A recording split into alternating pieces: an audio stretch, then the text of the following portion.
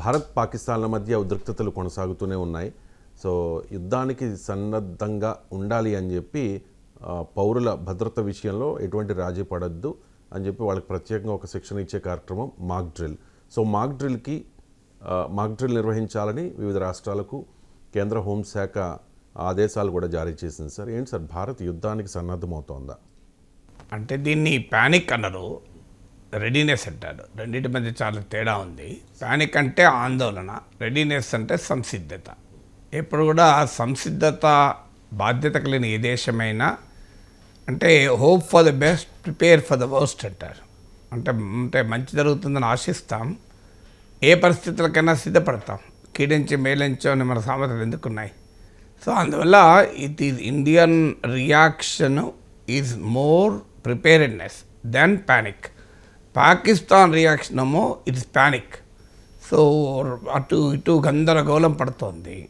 So భారతదేశం ఏంటంటే సంసిద్ధత. ఒకటి, తప్పనిసరిగా పాకిస్తాన్కు మిలిటరీ చర్య రూపంలో బుద్ధి చెప్తామని భారత్ నిర్ణయించుకుంది.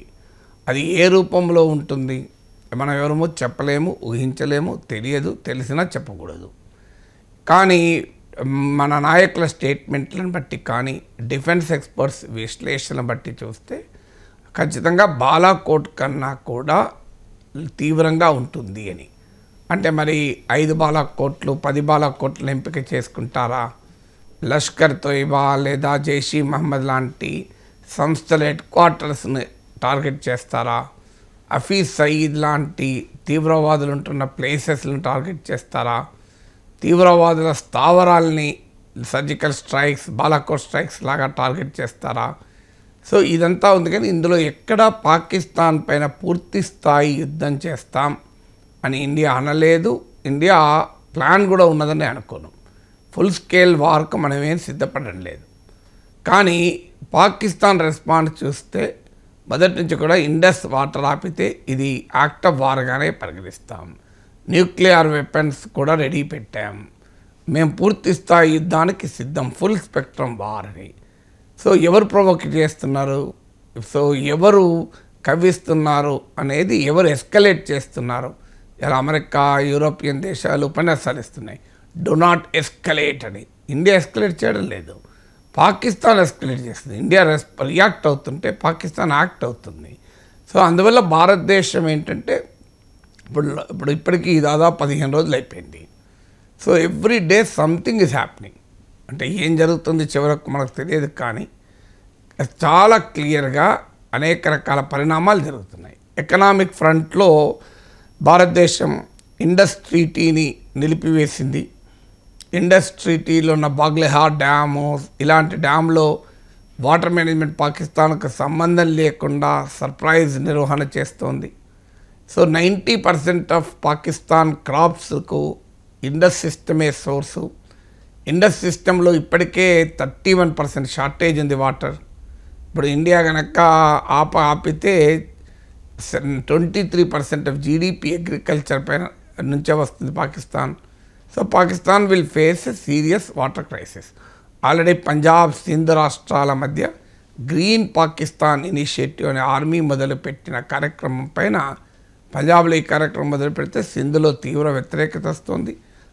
భారతదేశాన్ని హెచ్చరించిన బిల్వాల్ భుట్టో, అంటే మీరు ఇండస్లో నీళ్ళు ఆపితే రక్తం పారుతుందని చెప్పిన పాకిస్తాన్ పీపుల్స్ పార్టీ అధినేత బిల్వాల్ భుట్టో పాకిస్తాన్ ప్రభుత్వాన్ని కూడా హెచ్చరించాడు, మీరు గ్రీన్ పాకిస్తాన్ ఇనిషియేటివ్ ఆపకపోతే మేము విత్డ్రా చేసుకుంటామని, we will withdraw from power అని.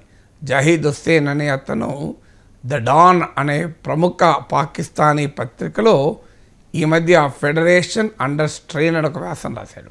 మీరు గూగుల్లో కొట్టినా వస్తుంది, Zahid Hussain on federation under strain in the Dawn అని. సో ఇది మన ఇండియన్ పత్రికలో వచ్చింది కాదు నేను చెప్పేది, పాకిస్తానీ పత్రికలో వచ్చిన వ్యాసంలో చెప్పారు. బిల్వాల్ భుట్టో హెచ్చరించాడు ప్రభుత్వాన్ని, మేము మద్దతు ఉపసంహరించుకుంటాం గ్రీన్ పాకిస్తాన్ ఇనిషియేటివ్ను వదులుకోకపోతే. ఇది ఆర్మీ ప్రమోటెడ్ ప్రాజెక్టు. సో ఆర్మీకి వ్యతిరేకంగా పాకిస్తాన్ అధికార కూటమిలో భాగమైన పీపీపీ, పాకిస్తాన్ ప్రెసిడెంట్ ఆసిఫ్ అలీ జర్దారీ, ఇది పాకిస్తాన్ పీపుల్స్ పార్టీ నాయకుడు.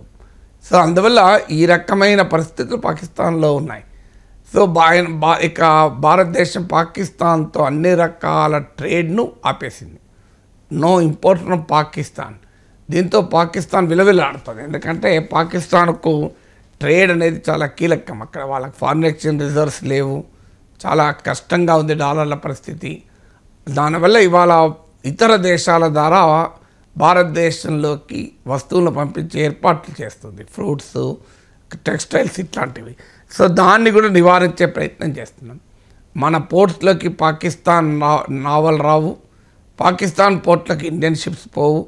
రెండు దేశాలు ఒకరి వైమానిక గగనతలాన్ని నిషేధించుకున్నాయి. మనం ఎప్పుడైతే సింధు నదీ జలాల ఒప్పందాన్ని నిలిపివేశామో పాకిస్తాన్ షిమ్లా అగ్రిమెంట్ కూడా నిలిపివేస్తున్నట్లు ప్రకటించింది. షిమ్లా అగ్రిమెంట్ దాదాపు ఆపడం పనే చేయడం లేదు, కానీ అట్లీస్ట్ సింబాలిక్గానైనా పాకిస్తాన్ కూడా రియాక్ట్ అయింది. మనకన్నా ముందే వాళ్ళ ఎయిర్ స్పేస్ క్లోజ్ చేశారు, తర్వాత ఇండియా కూడా క్లోజ్ చేసింది. ఇదంతా series of economic measures. So ఇక రెండవది డిప్లొమాటిక్ మెజర్స్. పాకిస్తాన్ యునైటెడ్ నేషన్స్కి వెళ్ళింది. యునైటెడ్ నేషన్స్లో 15 మంది మెంబర్స్ ఉంటారు సెక్యూరిటీ కౌన్సిల్లో. అందులో 5 permanent members, US, UK, Russia, France. So ఇవి మీకు permanent members. China non permanent members 10 ఉంటాయి.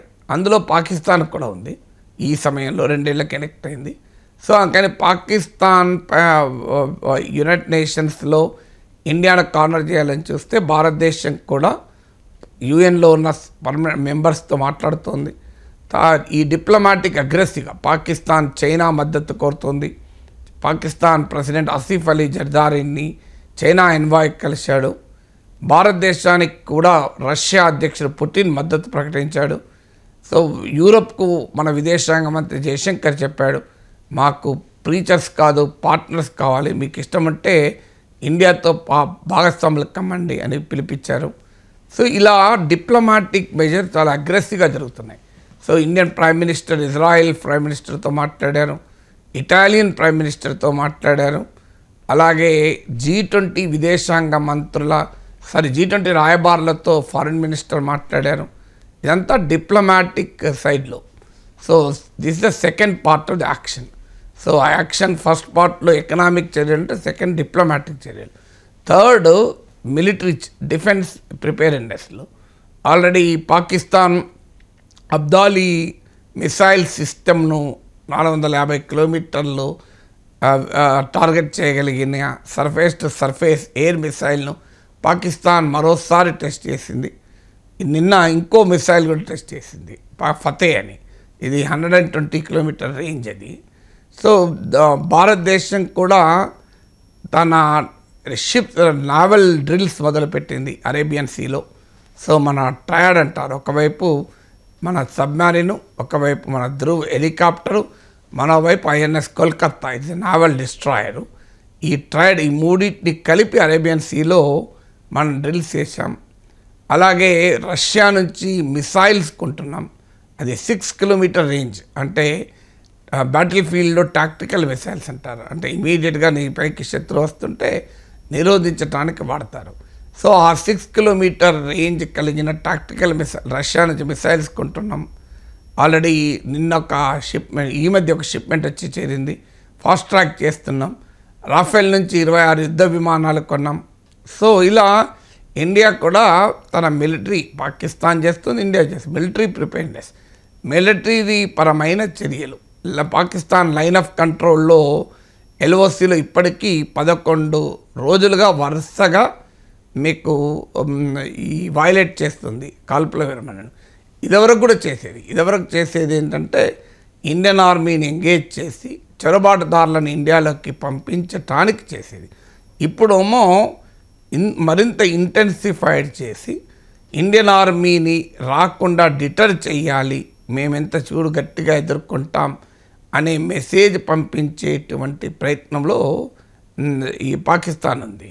అందువల్ల మిలిటరీ రీత్యా, ఎకనామిక్, డిప్లొమాటిక్ అండ్ మిలిటరీ రీత్యా కూడా చాలా బలమైనటువంటి చర్యల్ని రెండు వైపులా జరుగుతున్నాయి పాకిస్తాన్. అయితే నేను ముందట్లో చెప్పినప్పుడు మన దేశమేమో రెడీనెస్ను ప్రదర్శిస్తోంది, పాకిస్తాన్లోమో ప్యానిక్ కనబడుతుంది. ప్యానిక్ కనబడుతుందని ఎందుకు చెప్పగలుగుతున్నామంటే మేము న్యూక్లియర్ వెపన్స్ కూడా వాడతామని. న్యూక్లియర్ వెపన్స్ వాడేవాడు రూఫ్ టాప్ నుంచి అరవడు. న్యూక్లియర్ వెపన్స్ అనేది సీరియస్ బిజినెస్. ఇట్స్ నాట్ ఇది ఊర్లో పేపర్ కొంటాము అని అరుచుకుని పాపం మార్కెటింగ్ చేసేవాళ్ళు, పాత పేపరు పాత సామాన్లు కొనేవాళ్ళు గట్టిగా అరుచుకుంటారు, పాత సామాన్లు కొంటాం, పాత పేపర్ కొంటాం అంటారే పాపం. అలాంటి బిజినెస్ యాక్టివిటీ కాదు కదా న్యూక్లియర్ వెపన్స్ వాడడం అనేది. పాకిస్తాన్కి అర్థం కాదు. న్యూక్లియర్ వెపన్స్ వాడేవాడు మైక్ పెట్టుకొని అనౌన్స్ చేయడు మరి కొద్దిసేపట్లో మేము అణ్వాయుధాలు వాడతామని. సో కానీ రోజు కూడా మాట్లాడుతున్నాడు మేము అణ్వాయుధాలు వాడతామని. పాకిస్తాన్ తీవ్రవాదుల్ని దాచిపెట్టే ప్రయత్నం చేస్తున్న హఫీజ్ సయీద్ను ఇలాంటి తీవ్రవాద సంస్థల అధినేతలను బంకర్లకు పంపారని. ఈ ఇన్సిడెంట్ జరిగినప్పటి నుంచి అసీం మునీర్ అసలు యాక్షన్లోనే కనబడతలేడు, ఎక్కడ ఒక మాట కూడా వినబడతలేదు, ఏడున్నాడో తెలియదు. విదేశాలకు తరలించారని కూడా అంటున్నారు, తెలియదు మనకు. లేదా ఏదైనా బంకర్లో దాచిపెట్టారా? ఎందుకంటే పాకిస్తాన్కి ఎక్కడో ఒక చోట అనుమానం ఉంది. ఈ జగ్లర్ వెయిన్ జీవనాడి అని వ్యాఖ్యానించి ఈ సమస్యకు ఇంతదాకా పట్టుకొచ్చిన అసీం మునీర్ సంగతి ఏమో ఇండియా చూస్తుందా అని. వాస్తవంగా అసీం మునీర్కు వ్యతిరేకంగా పాకిస్తాన్ జనరల్సే ఈ మధ్య కోర్ మీటింగ్ జరిగితే వాళ్ళు తీవ్రంగా వ్యతిరేకించారు. నీ పర్సనల్ తిక్కల వల్ల పాకిస్తాన్ దేశానికే ఎందుకు ప్రమాదాన్ని తెచ్చిపెట్టావని తీవ్ర స్థాయిలో అసీం మునీర్ పైన విరుచుకుపడ్డారు ఇతర generals. So Pakistan parliament member ఒకటిని అడిగారు, నీవు యుద్ధం వస్తే బార్డర్కి పోతావంటే లేదు ఇంగ్లాండ్కి పోతా అన్నాడు. సో అది పాకిస్తాన్లో ఉన్న ప్రిపేర్నెస్. తర్వాత పాకిస్తానీ ఆర్మీ జనరల్స్ తమ ఫ్యామిలీస్ను ఫారిన్ కంట్రీస్కు తరలించారనే వార్తలు వస్తున్నాయి. ఇవన్నీ కూడా పాకిస్తాన్ ప్యానిక్ కండిషన్ తెలియజేస్తుంది. దానికి ముందుగా చైనా దగ్గరికి పరుగులు తీశారు. ఇప్పుడు ప్రాపగండా వార్ మొదలుపెట్టారు. నిన్న వాళ్ళ అతావుల్లా తాహిర్ వాళ్ళ ఇన్ఫర్మేషన్ మినిస్టరు లాస్ట్ వెనస్డే అంటే సరిగ్గా వారం రోజుల క్రితం ట్విట్టర్లో ఒక మిడ్ నైట్ పోస్ట్ చేశాడు. 24 గంటల నుంచి 36 గంటల్లో ఇండియా మా పైన దాడి చేయబోతుందని. వారం అయిపోతుంది దాదాపు. సో మరి ఆ వెనస్డే కాకపోతే ఈ వెనస్డే అవుతుందో తెలియదు. నిన్న లోకల్ అండ్ ఫారెన్ జర్నలిస్ట్ను ఎల్ఓసి పట్టుకెళ్ళాడు. చూడు ఇంకో ఇక్కడ తీవ్రవాద స్థావరాలు ఉన్నాయని ఇండియా అంటోంది, చూడు ఇక్కడెక్కడైనా మీకు తీవ్రవాద స్థావరాలు కనబడుతున్నాయా, మంచిగా అందమైన గ్రీన్ కవర్ కనబడుతుంది, మంచి ఆకర్షణీయమైన పర్వతాలు కనబడుతున్నాయి, వేర్ ఆర్ టెర్రరిస్ట్ క్యాంప్స్ అని పట్టుకెళ్ళాడు.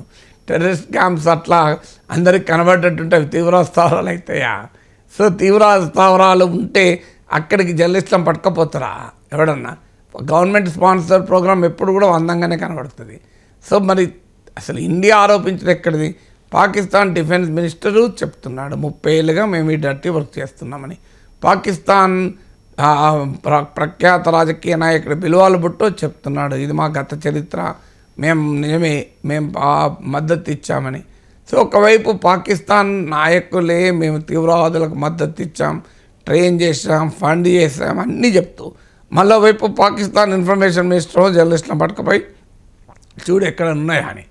అంటే వాళ్ళని బహుశా ఆ బార్డర్ ఎల్ఓసి పక్కనే ఉన్న తీవ్రవాద స్థావరాలు ఇప్పటికే ఖాళీ చేసి ఉంటారు, ఎందుకంటే సర్జికల్ స్ట్రైక్ జరిగితే ఈజీగా వాళ్ళు అటాక్ చేయొచ్చు కదా అని. సో ఇప్పుడు ఈ టైంలో భారత ప్రభుత్వం మీరు అన్నట్లు మాక్ డ్రిల్స్ రేపు బుధవారం రోజు దేశవ్యాప్తంగా మాక్ డ్రిల్ జరుపుతున్నారు. ముఖ్యంగా పంజాబ్లోని ఫిరోజ్పూర్ కంటోన్మెంట్ అంటారు. ఇది 1971లో కూడా వారప్పుడు పాకిస్తాన్ దాడికి గురైంది, ఎందుకంటే సరిహద్దున ఉంటుంది కనుక సహజంగా ఫస్ట్ అటాక్ చేయొచ్చు. అక్కడ బ్లాక్అవుట్ డ్రిల్ చేశారు. బ్లాక్అవుట్ డ్రిల్ అంటే కరెంటు పోతే ఎలా వ్యవహరించాలి, ఎందుకంటే యుద్ధ సమయంలో క్లియర్గా జరిగే పరిణామం ఏం జరుగుతుంది అంటే కరెంట్ లైటింగ్ ఉంటే ఎనిమీ టార్గెట్స్ మిసైల్స్ కావచ్చు, ఫైటర్ ఎయిర్క్రాఫ్ట్స్ కావచ్చు, ఆ లైట్లను చూసి టార్గెట్ చేస్తుంటారు. ఎందుకంటే నాకు ఇప్పటికి గుర్తు 1971 ఇండియా పాకిస్తాన్ వారప్పుడు నాకు 7-8 ఇయర్స్. నాకు స్టిల్ రిమెంబర్ స్కూల్లో మాకు ఒక డ్రామాలు వేసేందుకు ఒక స్టేజ్ ఉండే. ఆ స్టేజ్ మీద మేము 3-4 కూర్చుంటే అప్పుడు మా నాన్న నాకు న్యూస్ చెప్తే నేను వచ్చి వాళ్ళకి చెప్పేవాడిని, రాత్రి నైట్ లైట్లో అన్నీ ఆఫ్ చేస్తారా భయపడకూడదు మనం అని. సో అందువల్ల బ్లాక్అవుట్ డ్రిల్ అంటారు. So I was just 7 years ఎప్పుడు. సో అందువల్ల ఈ మనకు ఆ స్థాయిలో వార్ చూసిన అనుభవం లేదు. ఇప్పుడు ఇదేదో ఇజ్రాయెల్ లాంటి కంట్రీ కాదు, ఎయిర్ సైరన్ వస్తే మనకు తెలియదు మనం ఎలా ప్రిపేర్ కావాలని. అందువల్ల ఇలా ఎయిర్ సైరన్ వస్తే ఏం చేయాలి అంటే మిసైల్ అటాక్ జరగబోతోంది, ఇలాంటి టైంలో ఎయిర్ సైరన్స్ వస్తాయి. ఇవన్నీ యుద్ధం వచ్చేసిందనే ఇక అయిపోయింది అనే ప్యానిక్ కాదు. వాస్తవంగా ప్యానిక్ లేదు కూడా. మీరు అలా అయితే అసలు అన్ని సూపర్ మార్కెట్లు అన్నీ ఖాళీ కావాలి కదా, రోడ్ల మీద మొత్తం పెట్రోల్ బంకులన్నీ ఖాళీ కావాలి కదా. అలాంటి ఏమీ ప్యానిక్ లేదు. పాకిస్తాన్ ప్యానిక్ కనబడుతుంది, ఇండియా రెడీనెస్ కనబడుతుంది. ప్రభుత్వ ప్రకటనలో ఆ ప్యానిక్ లేదు, ప్రజల్లో కూడా లేదు. మీకు రోడ్డు మీదకి వెళ్తే యాంగ్జైటీ ఉంది, ఏం జరగబోతోంది, ఏమవుతుంది, యుద్ధం అంటూ వస్తుందా, యాంగ్జైటీ ఉంది. పాకిస్తాన్కు బుద్ధి చెప్పాలి అన్న బలమైన డిజైర్ ఉంది, కానీ ప్యానిక్ లేదు ఏమో అయిపోతుంది అని. అలాంటి ఎగ్జాగరేషన్లు కూడా మంచిది కాదు. మీడియా, మరీ ముఖ్యంగా సోషల్ మీడియా, డిజిటల్ మీడియా చాలా సంయమనంతో వ్యవహరించాలి, చాలా బాధ్యతతో వ్యవహరించాలి. వ్యూస్ కొరకు do not play with the defence. ఇది చాలా సీరియస్ సబ్జెక్ట్. దీంట్లో మాల పాలిటిక్స్ వద్దు, ఎగ్జాగరేషన్ వద్దు, సెన్సేషనలిజం వద్దు. ఉన్న సిచ్యువేషన్ ఉన్నట్టుగానే మాట్లాడుకోవాలి, అంతకన్నా ఎక్కువ చేయకూడదు, తక్కువ చేయకూడదు. అందువల్ల ఉన్న సిచ్యువేషన్ ఏంటి యాజ్ ఆఫ్ నౌ అంటే, రేపొద్దున యుద్ధం వస్తుంది అని నేను అనడం లేదు. అలాంటి వాతావరణం కూడా లేదు. అనవసరంగా ప్రజల్ని ప్యానిక్ చేయకూడదు. ప్యానిక్ అయితే ఏమవుతుంటే క్రైసిస్ పెరిగి క్యావోస్ క్రియేట్ అవుతుంది. క్యావోస్ క్రియేట్ అయ్యి క్రైసిస్ పెరుగుతుంది. సో మనం కోవిడ్ అప్పుడు చూసాం, లాక్అవుట్ ప్రకటించడంతోనే పెద్ద ఎత్తున రోడ్ల మీదకి వచ్చి అసలు ఎక్కడ సామాను మిగలకుండా చేసి పడేశారు. సో అలాంటి పరిస్థితి రాకూడదు. క్యావోస్ క్రియేట్ కూడా, అది శత్రువుకి అడ్వాంటేజ్. అందువల్ల అందువల్ల నేను మళ్ళీ ఇన్ని ఉదాహరణలు ఎందుకు చెప్పానంటే, this is all normal protocol. ఎప్పుడైనా ఒక ఘర్షణ, మిలిటరీ ప్రిపేర్డ్నెస్లో కామన్ ప్రోటోకాల్స్ ఇవన్నీ. సో మనకంటే కొత్త, రోజు యుద్ధాలు ఎదుర్కొనే దేశాలు అయితే ఇది రొటీన్గా చేస్తారు. ఇప్పుడు జపాన్లో ఎర్త్ కేక్లకు ఎవ్రీ ఇయర్ ఒక నేషనల్ మాక్ డ్రిల్ డే ఉంటుంది. ఆ రోజు జపాన్ సమాజం మొత్తం, స్కూళ్ళలో పిల్లల నుంచి ఫ్యాక్టరీలో వర్కర్ల వరకు అందరూ కూడా ఈ మాక్ డ్రిల్లో పాల్గొంటారు. అంటే ఒక భయంకరమైన ఎర్త్ కేక్ వస్తే how should we protect our cells, మనం ఏం చేయాలని. సో మీరు ఇజ్రాయెల్ లాంటి దేశంలో నిరంతరం ఈ డ్రిల్ జరుగుతూనే ఉంటుంది. అందువల్ల మనకు కొత్త కనుక we are trying to prepare our cells. అందువల్ల మరి పాకిస్తాన్ ఏ రకంగా రెస్పాండ్ అవుతుందో తెలియదు కనుక, సో ఏ సిచ్యువేషన్ వచ్చినా ప్యానిక్ కాకూడదు, గందరగోళపడకూడదు, ఆందోళన చెందకూడదు అనేటువంటి దృష్టితో భారతదేశం ప్రిపేర్ అవుతుంది.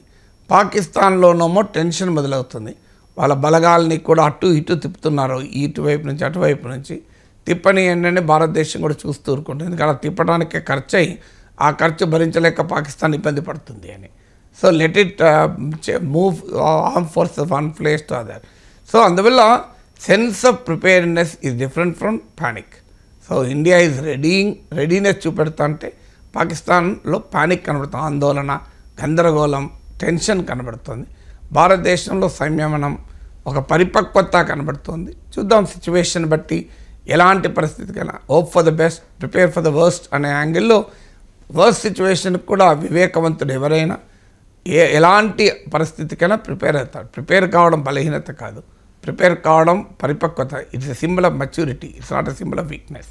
ఉగ్రవాదంపై పోరులో భారత్కు సంపూర్ణ మద్దతు ఉంటుంది అని చెప్పి రష్యా అధ్యక్షుడు పుతిన్ హామీ ఇచ్చారు సార్. జపాన్ రక్షణ మంత్రి కూడా మన రక్షణ మంత్రి రాజ్నాథ్ సింగ్తో భేటీ అయి ఉగ్రవాదంపై పోరులో భారత్కు మద్దతు ఉంటుందని హామీ ఇచ్చారు. ఇప్పుడు మరి చైనా వైఖరి ఎలా ఉండవచ్చు సార్?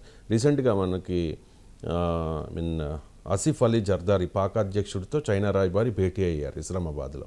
చైనా వైఖరి ఎలా ఉండవచ్చు? అంటే ఈ వార్ లైక్ సిచ్యువేషన్స్లో జరిగేది ఏంటంటే ఎథిక్స్, వాల్యూస్, ఇవి ప్రిన్సిపల్స్ ఏముండవు. వార్స్లో స్ట్రాటజిక్ ఇంట్రెస్ట్లే ఉంటాయి ఏ దేశమైనా. ఇప్పుడు మనము రష్యా యుక్రెయిన్ వార్ జరిగింది, ఏమన్నాడు మన ప్రధానమంత్రి వెళ్ళి, this is not the era of war. ఏ వివాదము యుద్ధ భూమిలో సెటిల్ కాదు, చర్చల ద్వారానే సెటిల్ అవుతుంది అని అన్నాడు. ఇప్పుడు అదే విషయాన్ని మనకు వినిపిస్తున్నారు చాలామంది. మరి భారత ప్రధానమంత్రి ప్రెసిడెంట్ పుటిన్ చెప్పేది this is not the Ira of war, ఇది యుద్ధానికి సమయం కాదు, ఏదైనా చర్చల ద్వారానే పరిష్కరించుకోవాలి, యుద్ధ భూమిలో పరిష్కారం కావు అని. అయితే మనం అంటున్నాం పాకిస్తాన్ మాపై దాడి చేసే వరకు మేము స్పందిస్తున్నాం కదా అని. అక్కడ కూడా ఉక్రెయిన్ అదే అన్నది, మాపై రష్యా దాడి చేసింది కదా అని. రష్యా ఏమన్నది, మేమెందుకు దాడి చేస్తాం? ఉక్రెయిన్ నాటో మెంబర్షిప్ తీసుకొని మా పక్కనే బల్లమవుతానంటే మేము ఏం చేయాలి అని. అంటే Russia the reason for war, Ukraine the reason for war. India is not seen any reason for war. మీరు గమనిస్తే రష్యా యుద్ధం చేసడానికి ఒక కారణం చెప్పింది. ఆ కారణం ఏంటి? నాటో నా పొలిమేరల్లో వరకు విస్తరిస్తుంది. అమెరికా నాయకత్వంలోని మిలిటరీ కూటమి నా పొలిమేరల్లోకి వచ్చి విస్తరిస్తే నేను చూస్తూ ఊరుకోవాలా? నా రక్షణకు ప్రమాదం కాదా? అందుకే నేను యుద్ధం చేశామని రష్యా అనేది. ఉక్రెయిన్ ఏమంటోంది? నాది ఒక స్వతంత్ర దేశం, నాటోలో ఉండాలా లేదా అని నా నిర్ణయం. రష్యా ఎప్పుడు దాడి చేస్తుందో తెలియనప్పుడు నేను నాటోలో సభ్యత్వం తీసుకోవాల్సిన అవసరం ఉంటుంది కదా అని ఉక్రెయిన్ అంటుంది. ఎవరి పాయింట్ ఆఫ్ వ్యూ నుంచి వారు సమర్థించుకున్నారు. ఇండియా ఏమన్నది? అట్లా కాదు, యుద్ధం మంచిది కాదు, యుద్ధ భూములు ఏదీ తేలదు, కూర్చొని మాట్లాడుకోండి అన్నాం. ఇప్పుడు మన జయశంకర్ యూరోప్కి చెప్పారు, we need partners not preachers అని. మనం ఉక్రెయిన్ వార్లో ఏం చేశాం? మనం కూడా ప్రీచింగే చేశాం. మనం ఏం పార్ట్నర్ కాలే కదా. యుక్రెయిన్ అధ్యక్షుడు అడిగాడు కూడా, మీరు మాకు మద్దతు ఇవ్వండి, మేము బాధిత దేశం అన్నా కూడా మనం మద్దతు ఇవ్వలే. రష్యా నుంచి ఆయిల్ కొనొద్దన్నా కూడా కొన్నాం. ఉక్రెయిన్ అన్న మీరు రష్యా నుంచి ఆయిల్ కొంటున్నామంటే మాపై వేసే బాంబులకు డబ్బులు సమకూర్చినట్టే అని. కానీ India preach did not partnership ఏం చేయలేం మనం. అందువల్ల ఎందుకు అది మాకు సంబంధం ఉన్న అంశమే కాదు అన్నాం. సో భారతదేశమైనా ఏ దేశమైనా వార్ లైక్ సిచ్యువేషన్లో స్ట్రాటజిక్ ఇంట్రెస్ట్లే ఉంటాయి తప్ప ప్రిన్సిపల్స్, వాల్యూస్ ఇవేవి ఉండవు. ఇప్పుడు మన ఉక్రెయిన్ వార్ పైన తీసుకున్న స్టాండ్ వాల్యూస్ ఆధారంగా తీసుకోలే, మన నేషనల్ ఇంట్రెస్ట్ ఆధారంగా తీసుకున్నాం. వాల్యూస్ అండ్ ప్రిన్సిపల్స్ ఆధారంగా తీసుకుంటే రష్యా ఏకపక్షంగా ఒక దేశాన్ని క్రిమియాని ఆక్రమించుకొని రాంగ్ అని అనాలి కదా. నాటో ఎక్స్పాన్షన్ రాంగ్ అని అనాలి, ఏదో ఒకటి అనాలి. మన ఇటన్లే అటన్లే అంటే అర్థం ఏంటి? ప్రిన్సిపల్స్ అయితే రెండిట్లో ఏదో ఒకటి అనాలి. నాటోను తీసుకొచ్చి మీరు రష్యా పొలిమేరలో పెడితే రష్యా ఏం చేస్తుంది అనే ప్రిన్సిపల్ పైన రష్యానైనా సమర్థించాలి. ఏకపక్షంగా మీరు 2014లోనే క్రిమియా ఆక్రమించింది, మన ఈస్టర్న్ ఉక్రెయిన్ ఆక్రమించారు అని ఉక్రెయిన్ వైపైన ఉండాలి. ఉక్రెయిన్ వైపైనా రష్యా వైపైనా ప్రిన్సిపల్స్ ఆధారంగా ఉండాలి. కానీ మనం ఉండలే. ఎందుకంటే ప్రిన్సిపల్స్ ఆధారంగా స్టాండ్లు ఉండవు. ఇక్కడ strategic interest, national interest, strategic interest ఆధారంగానే ఉంటాయి. ఈ స్ట్రాటజిక్ ఇంట్రెస్ట్ల ఆధారంగా వివిధ ప్లేయర్స్ వాళ్ళ వైఖరులు తీసుకుంటాయి. అమెరికా ఉంది, దాని స్ట్రాటజిక్ ఇంట్రెస్ట్ ఏంటి? చైనాకు వ్యతిరేకంగా ఇండియా అవసరం. అదే సమయంలో ఈ ప్రాంతంలో తన క్లయింట్ స్టేట్ పాకిస్తాన్. ఆఫ్ఘనిస్తాన్లో చాకరీ చేయాలన్నా పాకిస్తానే చేసింది. అమెరికా నుంచి పెద్ద ఎత్తున ఆయుధాలు కొనే దేశం పాకిస్తాన్. పాకిస్తాన్ మిలిటరీ అమెరికా చెప్పినట్టు ఈయన మిలిటరీ. ఇండియా లాగా ఇండిపెండెంట్ కంట్రీ కాదు. సో అందువల్ల అమెరికాకు అటు చైనాకు వ్యతిరేకంగా ఇండియా కావాలి, తన స్ట్రాటజిక్ ఇంట్రెస్ట్ రీత్యా పాకిస్తాన్ కావాలి. అందువల్ల అమెరికా ఏం చేస్తోంది? ఊగిసలాట వైఖరి అనుసరిస్తోంది. దాని స్ట్రాటజిక్ ఇంట్రెస్ట్ రీత్యా ప్రజాస్వామ్యం గురించి నీతులు చెప్తారు, తీవ్రవాదం గురించి మాట్లాడతారు. యూరోప్కి ఏంటి? యూరోప్ కూడా అంతే. యూరోప్కి ఇక్కడ మాకేం సంబంధం, ఇదేదో ఇండియా పాకిస్తాన్ గొడవ, మాకు సంబంధం ఏంటి అని యూరోప్ రాజకీయం. ఇక చైనాకి ఏంటి? ఇండియా అమెరికాతో ఉంది కనుక ఒక కారణం. అమెరికాతో పాకిస్తాన్ కూడా ఉంది, కానీ పాకిస్తాన్ అమెరికాతో ఉండడం వేరు, ఇండియా అమెరికాతో ఉండడం వేరు. ఇండియా అమెరికాతో ఉండడాన్ని చైనాకు వ్యతిరేక స్టాండ్గా చైనా భావిస్తుంది. పాకిస్తాన్ ఏమో ఏకకాలంగా అమెరికాతో ఉంది, చైనాతో ఉంది. China Pakistan nexus, US Pak nexus. అందువల్ల పాకిస్తాన్ యుఎస్ సంబంధాలని తమ వ్యతిరేక సంబంధాలుగా చైనా చూడడం లేదు. కానీ ఇండియా యుఎస్ నెక్సెస్ను యాంటీ చైనా యాంగిల్లో చూస్తుంది. అది నిజం కూడా, ఎందుకంటే మనం అమెరికా నాయకత్వంలోని క్వాడ్లో మనం భాగస్వామి. అది చైనా వ్యతిరేక కూటమి. America, Japan, India, Australia. ఇండియాకు చైనాకు బార్డర్ డిస్ప్యూట్స్ ఉన్నాయి. ఇండియాకు చైనా రెండు రైజింగ్ నేషన్స్, రెండు ప్రపంచంలో మల్టీపోలార్ బహుళధ్రువ ప్రపంచంలో పోటీ పడుతున్న రెండు దేశాలు. అందువల్ల ఇండియాకు చైనాకు ఉన్న హిస్టారికల్ డిస్ప్యూట్ రీత్యా, మనకున్న జియో పొలిటికల్ కాంపిటీషన్ రీత్యా, చైనాకు ఇండియాకున్న ఈ కారణాల రీత్యా చైనా పాకిస్తాన్కు దగ్గరైంది. సో అందువల్ల ఇప్పుడు రేపు ఇండియా పాకిస్తాన్ ఘర్షణలో కూడా చైనా విల్ సపోర్ట్ పాకిస్తాన్, అందులో అనుమానం లేదు. కానీ వాట్ కైండ్ ఆఫ్ సపోర్ట్ అనేది క్వశ్చన్. ఏ రకమైన సపోర్ట్ చేస్తుంది. పాకిస్తాన్ ఏంటంటే పూర్తిగా చైనా పైన ఆశపడుతోంది. అమెరికా కన్నా చైనా మీద ఆశపడుతుంది. ఎందుకంటే అమెరికా కొంత న్యూట్రల్ స్టాండ్ తీసుకుంటుందేమో అని. కానీ ఏ దేశం కూడా ఇతర దేశాలపైన ఆశపడి యుద్ధానికి దిగితే ఏమవుతుందో ఉక్రెయిన్ అనుభవమే చెప్తోంది. అందులో ఉక్రెయిన్కు అమెరికా, యూరోప్ ప్రత్యక్షంగా సహకరించింది. ఇప్పుడు పాకిస్తాన్కు చైనా ప్రత్యక్షంగా సహకరిస్తుందా? ఆ పొజిషన్లో చైనా ఉందా? పాకిస్తాన్ ఆశ ఏంటంటే ఇప్పుడు ఇండియా ఇండస్ వాటర్ ట్రీటీని నిలిపివేసింది. పాకిస్తాన్ బహుశా ఆశించేది ఏంటి? చైనా కూడా కౌంటర్గా బ్రహ్మపుత్ర వాటర్ను ఇండియాకు నిలిపివేసింది అనుకోండి, ఇండియా ఇబ్బంది పడుతుందని. కానీ పాకిస్తాన్ కోసం చైనా ఆ స్టాండ్ తీసుకుంటుందా? అది మామూలు స్టాండ్ కాదు. ఇండియా చైనా రిలేషన్ పూర్తిగా దిగజారుతాయి. ఒకవైపేమో చైనా ట్రంప్ దాడుల నేపథ్యంలో భారత్తో సంబంధాలు మెరుగుపరుచుకోవడానికి గాల్వాన్ లోయలోనే టెన్షన్స్ ఈజ్ చేసాం. అలాంటిది పాకిస్తాన్ కొరకు బ్రహ్మపుత్ర నీటిని ఆపుతుందా? ఇంకో ప్రాబ్లం ఉంది. బ్రహ్మపుత్ర నీటిని ఆపితే ఇండియాకే ఎఫెక్ట్ కాదు, బంగ్లాదేశ్కి కూడా ఎఫెక్ట్ అవుతుంది. ఎందుకంటే ఆ నది నాట్ జస్ట్ టూరిస్ట్ కంట్రీస్ మధ్య కాదు. సో మరి బంగ్లాదేశ్కి ఎఫెక్ట్ అయ్యే పని చైనా చేస్తుందా? ఎందుకంటే బంగ్లాదేశ్లో ఉన్న కొత్త ప్రభుత్వం చైనాకు చాలా నెక్సెస్.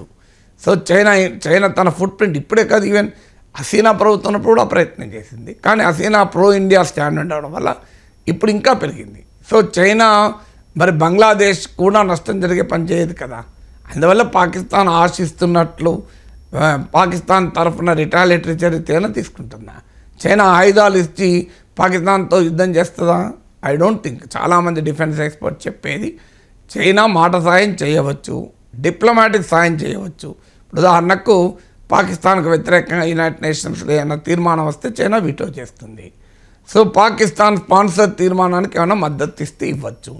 ఇది మాట సాయము, డిప్లొమాటిక్ సాయము తప్ప పెద్ద ఎత్తున డిఫెన్స్ సాయం వచ్చి ప్రత్యక్షంగా ఇండియాకు వ్యతిరేకంగా మిలిటరీ సపోర్టు కొత్తగా చైనా చేస్తుంది అని అనుకోవడం లేదని చాలామంది డిఫెన్స్ ఎక్స్పర్ట్ వాదన. దానికి కారణం చైనా ఎకానమీ కూడా బాగలేదు. చైనా ట్రంప్ టారిఫ్ల వల్ల కనీసం 1-2% దెబ్బతినే ప్రమాదం ఉంది China economy. China real estate crisis అట్లనే ఉంది, బ్యాంకింగ్ రంగ క్రైసిస్ అట్లనే ఉంది, ట్రేడ్ వార్ వల్ల చాలా ఎఫెక్ట్ అయి ఉంది చైనా. సో చైనాకున్న ప్రాబ్లం చైనాకున్నాయి. అయితే చైనాకు పాకిస్తాన్లో ఇంట్రెస్ట్ ఉన్నాయి. చైనా బెల్ట్ అండ్ రోడ్ ఇనిషియేటివ్ను ఇండియా రిజెక్ట్ చేసింది, పాకిస్తాన్ ఏమో అందులో భాగమైంది. చైనా పాకిస్తాన్ ఎకనామిక్ కారిడార్ పేరిట భారీ ఎత్తున చైనీస్ ఇన్వెస్ట్మెంట్ ఉంది. ఆ చైనీస్ ఇన్వెస్ట్మెంట్ పైన దాడులు కూడా జరుగుతున్నాయి. బెలూచిస్తాన్, ఖైబర్ పఖ్తూన్ఖ్వా రాష్ట్రాల్లో చైనీస్ ప్రాజెక్టులపైన అటాక్ జరుగుతున్నాయి. బలీచ్ లిబరేషన్ ఆర్గనైజేషన్ వాళ్ళు, BLA Baloch liberation army, China ఇంజనీర్లను కిడ్నాప్ చేస్తున్నారు, చైనా వాళ్ళని అటాక్ చేస్తున్నారు కూడా. అందువల్ల చైనా పాకిస్తాన్లో ఈ ఎకనామిక్ రిలేషన్స్ కూడా ఉన్నాయి. అందువల్ల చైనా తన స్ట్రాటజిక్ ఇంట్రెస్ట్ల రీత్యా పాకిస్తాన్కు మద్దతుగా ఉంటుంది, అనుమానమే లేదు. కానీ ఇప్పుడున్న సిచ్యువేషన్లో పాకిస్తాన్కు అనుకూలంగా ఆయుధాలు ఇచ్చి యుద్ధం చేస్తుందా? కార్గిల్ వార్ అప్పుడు చేసిందా? 71 వార్ అప్పుడు చేసిందా? 65 వార్ అప్పుడు చేసిందా? ఇంతకన్నా ఎక్కువ చైనాకు మనకు విభేదాలు ఉండే ఆ టైంలో, కానీ చేయలే కదా. అందువల్ల కంట్రీస్ మాట్లాడడం వేరు, యాక్షన్లోకి దిగి వాళ్ళ సపోర్ట్న మిలిటరీ అలయన్స్ ఉంటే తప్ప చేయరు. ఉక్రెయిన్కు మద్దతుగా అమెరికా సోల్జర్స్ ఇప్పటికి రాలే, యూరోపియన్ సోల్జర్స్ ఇప్పటికి రాలే.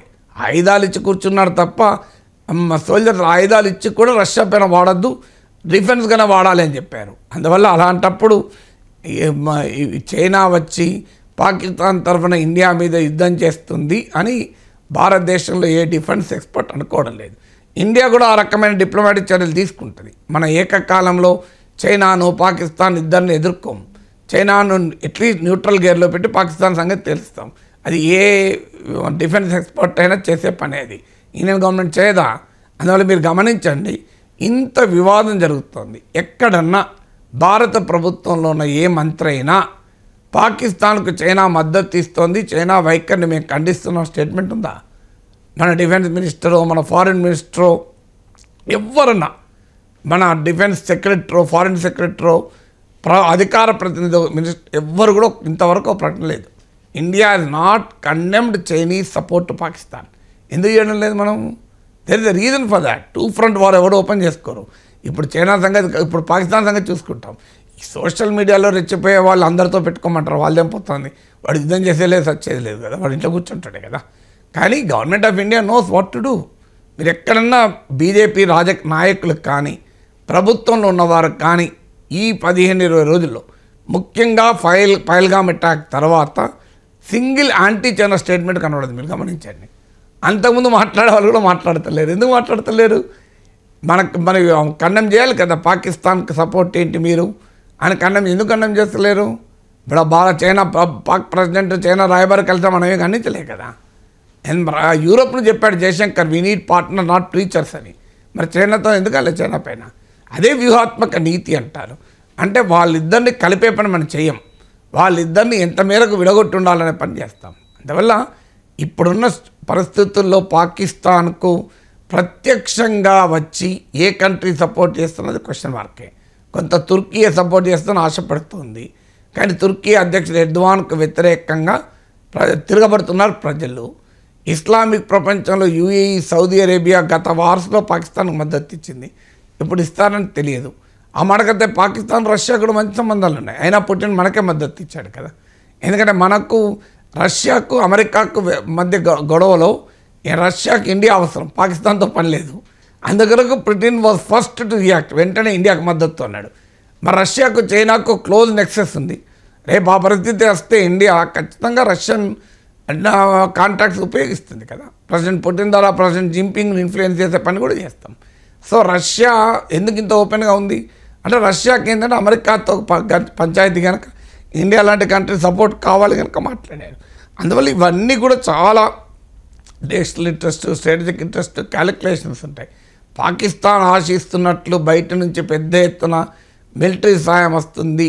ఈ యుద్ధంలో భారత్తో జరిగే ఘర్షణలో వేరే కంట్రీస్ వచ్చి పాకిస్తాన్ తరఫున పోరాడతాయనుకుంటే అది మూర్ఖత్వమే పాకిస్తాన్ది. ఒకవేళ భారత్ పాకిస్తాన్పై యుద్ధానికి దిగితే పాకిస్తాన్ వారం రోజులకి మించి యుద్ధం చేయలేదట సార్. అంటే ఆ దేశ ఆర్థిక పరిస్థితి అంత ఘోరంగా ఉంది అని చెప్పి. కానీ అక్కడ ఎంపీల జీతభత్యాలు మాత్రం 138% పెంచుకున్నారు. 2,18,000గా ఉన్న శాలరీ 5,19,000 అయింది సార్. ఎందుకు సార్ ఇలా?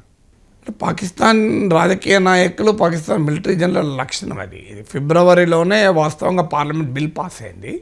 ఈ మధ్య ఐ థింక్ లాస్ట్ వీక్ ఏమో ప్రెసిడెంట్ దానికి అప్రూవల్ ఇచ్చినట్టున్నాడు. అంటే పాకిస్తాన్ రాజకీయ నాయకత్వం అక్కడ ప్రజలకు కూడా ఎంత వ్యతిరేకంగా మారిందో దీన్ని బట్టి అర్థమవుతుంది. అందుకే మాలాంటి వాళ్ళం అనేది మన ఇండియన్ గవర్నమెంట్ మెజర్స్ పాక్ ప్రజల్ని కాదు టార్గెట్ చేయాల్సింది, పాక్ రాజకీయ నాయకత్వాన్ని, పాక్ సైన్యాన్ని, పాక్లో ఉన్న తీవ్రవాద సంస్థల్ని, పాక్ ఎలీట్ని టార్గెట్ చేయాలి. వాస్తవంగా పాక్ ప్రజలే వాళ్ళపైన తిరగబడేలా చేయగలగాలి. మన ప్రాపగండా ద్వారా, మన యాక్షన్స్ ద్వారా.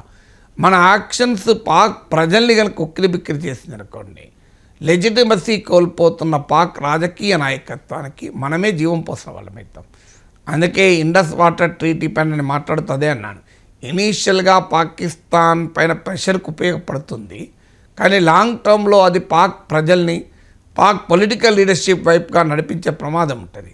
ఇప్పుడు ఎందుకంటే పెద్ద ఎత్తున పాకిస్తాన్ ప్రజలు పాకిస్తాన్ సైన్యాన్ని వ్యతిరేకిస్తున్నారు, పాకిస్తాన్ ప్రభుత్వాన్ని కూడా వ్యతిరేకిస్తున్నారు. ఇది మీకు పాకిస్తాన్ మీడియాలో వార్తలు చూసిన అర్థమవుతుంది. పాకిస్తాన్ సోషల్ మీడియాలో వస్తున్న కామెంట్లు చూసినా అర్థమవుతుంది. దానిపైన చాలామంది రాస్తున్నారు.